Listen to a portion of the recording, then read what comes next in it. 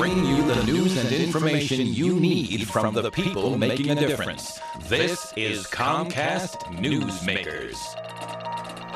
One Pottsville man is sharing his story of bipolar disorder through film and a play. I'm Janelle Wolf, and you're watching Comcast Newsmakers. Thanks for being here, and joining me now is Mike Sanchez. He's an actor and a director, the man behind the film Tuxedo Joe, also the stage version of Tuxedo Joe. You're also an employee of Comcast, and we welcome you back to the show. Thanks for bringing me back. Let's talk a little bit about what bipolar disorder is. There's two different forms of it, from my understanding, 1 and 2. What do you have? Bipolar 2 disorder, which is, easiest way to explain it is it's characterized by extreme mood fluctuations. You have the manic or the high end, which actually, talk to anybody that has it will tell you that's a great feeling, because your confidence is through the roof. You feel great. You feel like you can do anything. Nothing's going to stop you. Nothing's getting in your way. But unfortunately, there's a drawback to that, because you're acting on impulse and you're not really thinking of the consequences. And that's where you start hearing some of the things that are out there. People who go out and spend money they don't have. People who have been known to just take up and leave and not tell anybody. And then, of course, there's the flip side, where you come crashing down into a depression, and that's a horrible state to be in. Can you describe the highs and lows from your personal experience? Were you out there spending money or doing crazy things? No, but because it's different for everybody. For me personally, when I was in a manic mode, my self-confidence told me that, yeah, I was going to write the next Academy Award-winning screenplay. I would pace endlessly in my basement for hours until 2, 3 in the morning. You know, my wife's fast asleep, and I'm downstairs just, convinced that something I'm doing is going to be the next great thing. I wake up, look at it the next morning, and it doesn't even make sense. The lows, it's the opposite. Your self-confidence doesn't even exist. You're convinced that you're a burden to everybody, that the world is against you, and that you really struggle to find a reason to keep going.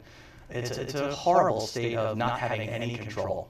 Writing Tuxedo Joe and performing it as a one-man show obviously was part of the therapy for you. Did you find that medication was most effective, or speaking with a doctor about it helpful? What did you do to make it kind of go away, or at least get better? You need to. You can't, if there's something that doesn't feel right, I mean, you need to get it taken care of.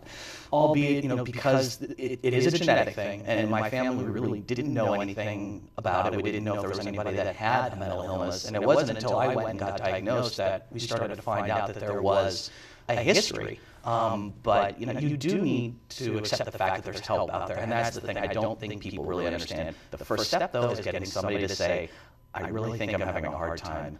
Nobody wants to get past the fact that there's a terrible stigma out there, and a label that people are going to put on you if you come out and say that you have a mental illness. First thing people are going to say is, well, that person's crazy, which is not true. It's a legitimate chemical imbalance. It's something that can be treated. And as I've told people, look, I live a perfectly happy, normal life. I've been married 8 years. I hold a steady job. I have a home. I have responsibilities. I never gave up on any of the things that I like doing. That's what people need to understand. You are so positive and you have such a good outlook on this, being that other people aren't quite as accepting. How do you hope to make that change and to get people more accepting and more forgiving when it comes to things that are wrong with your mind? I think it's going to help if more people in the average community come out publicly and talk about it. I mean, I'm very grateful that so many celebrities and so many very successful people that have come out and said, yeah, I live with depression, or I have a bipolar disorder. It's harder for the average person to relate to that, to see this rich, successful person. I think if they also hear from people in their own community who talk about, their next door neighbor, their best friend, if there's more of a motivation for people to kind of get together and realize, we're all the same. Okay, so you take medication because you have high blood pressure. You take medication because, you have a heart condition. Well, I take medication, because I have an illness that, is a chemical imbalance, and I need to take care of myself.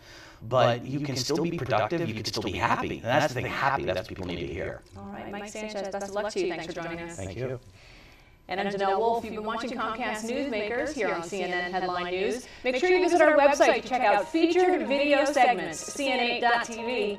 You've been watching an exclusive presentation of Comcast. We'll see you next time.